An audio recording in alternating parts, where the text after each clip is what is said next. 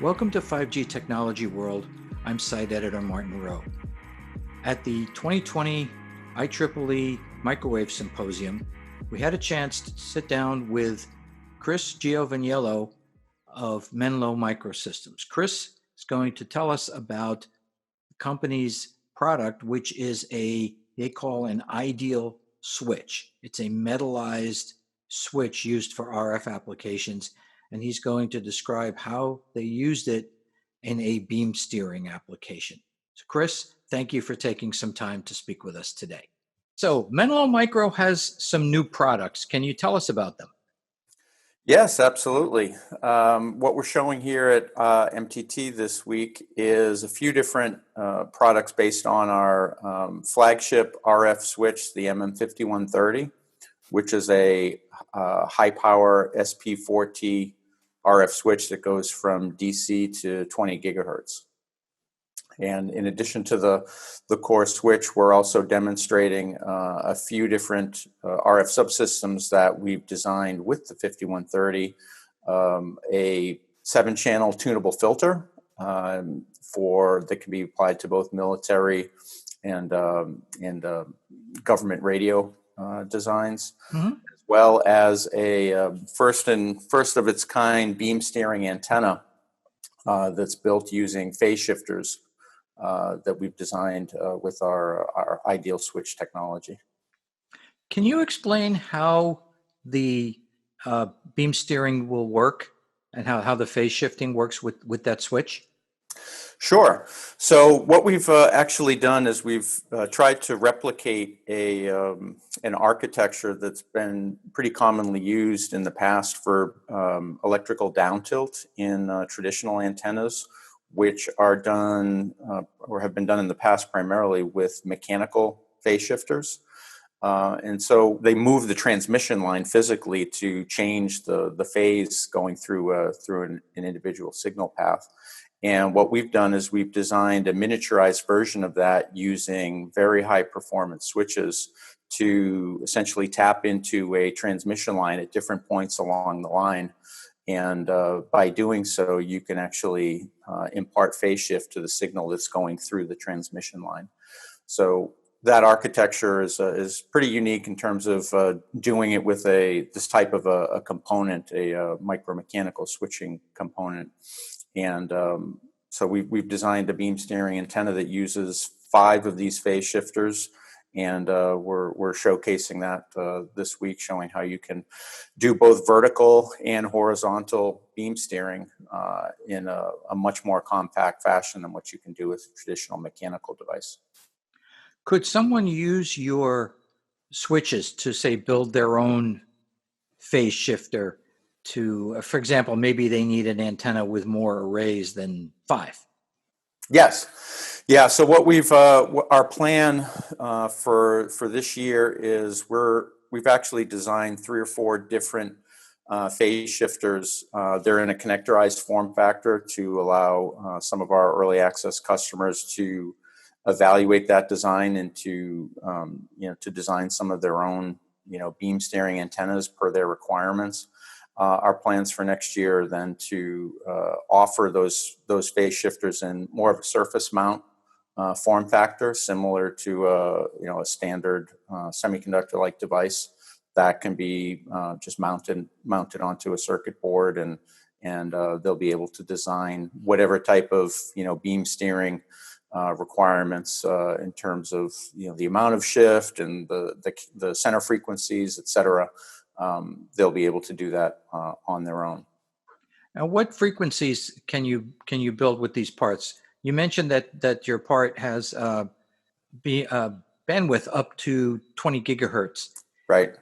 So how could you use that with 5G, especially millimeter wave, which starts at 24, 28 gigahertz? What do you do? So what we're showcasing right now at the show this week is an antenna that's designed for C-band. So it's the CBRS radio bands in the 3.5 gigahertz range.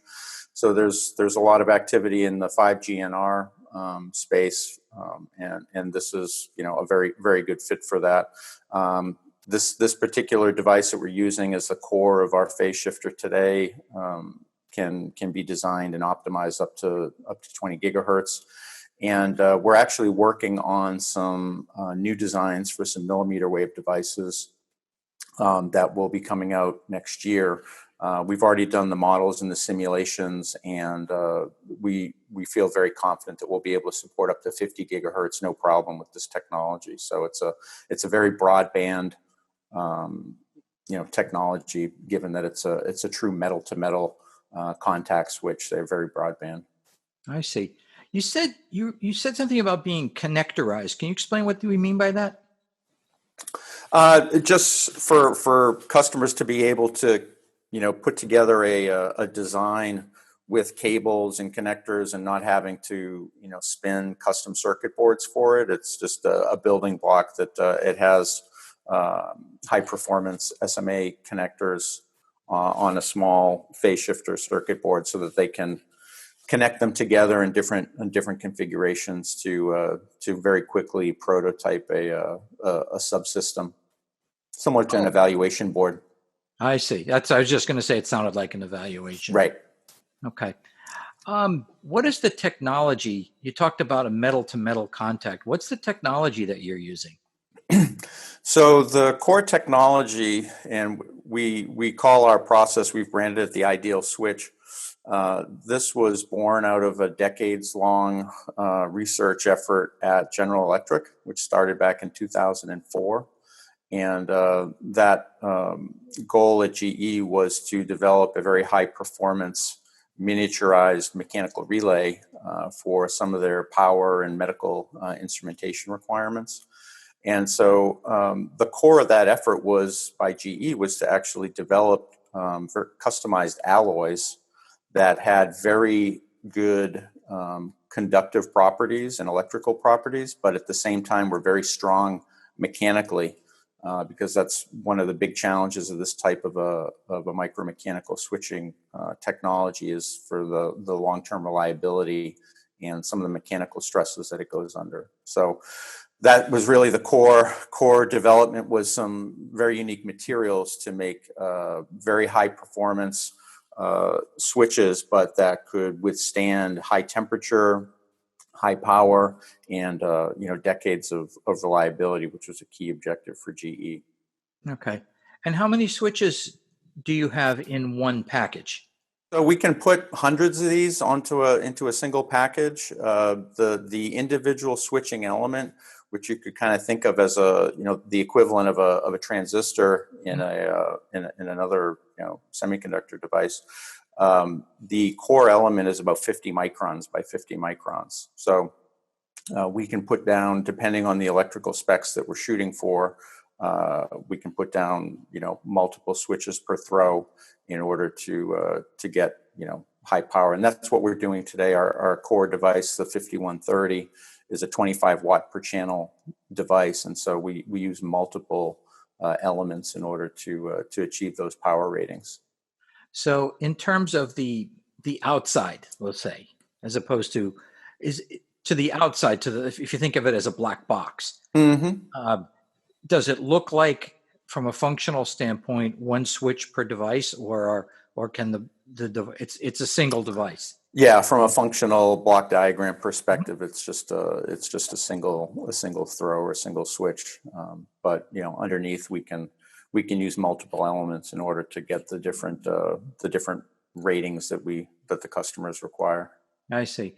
And so there's a digital signal that to enable, disable the switch. Absolutely. Yep. Does the switch have to have any hysteresis? Or is it because of its design you don't have a bouncing issue like you do on mechanical switches? There is a small bouncing effect, but it's all incorporated into the switching and the settling times that we specify. So the device is so small compared to a traditional mechanical relay, that in order to turn it on or off, it's very fast, because you have a very small mass that's traversing a very small physical air gap. And so, we can turn these things on and off in just a few microseconds, and that includes any bouncing that occurs. What kind of switching speeds do you get? Yeah, so it's in semiconductors. You can sometimes see designs that can get you down into the nanosecond switching speeds. We're not at that level. We're sub 10 microseconds.